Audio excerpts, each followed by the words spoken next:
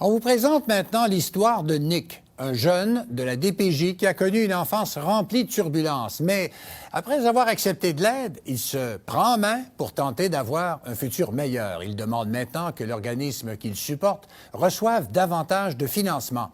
Étienne Malouin l'a rencontré. Nick n'a pas connu une enfance facile. Il a été élevé dans un milieu de vie violent et a connu plus d'une famille d'accueil. J'ai eu des problèmes familiaux. Mon père a été une couple de fois en prison. Après une période plus trouble, il est maintenant hébergé au Belvédère Jeunesse Gatineau depuis un peu plus de 2 ans.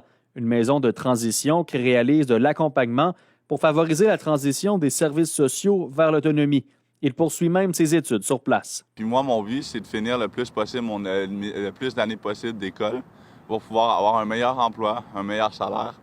Puis après ça, me concentrer uniquement sur ça. Il tient à témoigner de ce qu'il a vécu pour que des organismes comme le Belvédère obtiennent davantage de financement. Il manque de l'aide pour les jeunes de 18 ans et plus qui ont été en famille d'accueil, qui ont vécu comme moi, pas nécessairement des stress post-traumatiques, mais qui ont vécu des choses difficiles et qui n'ont jamais eu accès, mettons, à ces services-là pour extérioriser ça puis faire la paix avec son passé. D'ailleurs, la maison de transition a obtenu une aide financière inespérée jeudi. 35 000 venant de la Fondation des jeunes de la DPJ. Depuis 1 an, la Fondation a étendu son aide financière à l'extérieur de Montréal. Plusieurs facteurs sont en cause, selon la directrice générale. C'est l'hébergement, c'est la scolarisation, c'est la santé mentale. Alors, quand on a un toit, quand on a un accompagnement, quand on est soutenu, ensuite, tout le reste va être plus facile. Ce montant permettra de conserver une ressource psychosociale pour, par exemple, aider les usagers à se trouver un emploi ou un logement.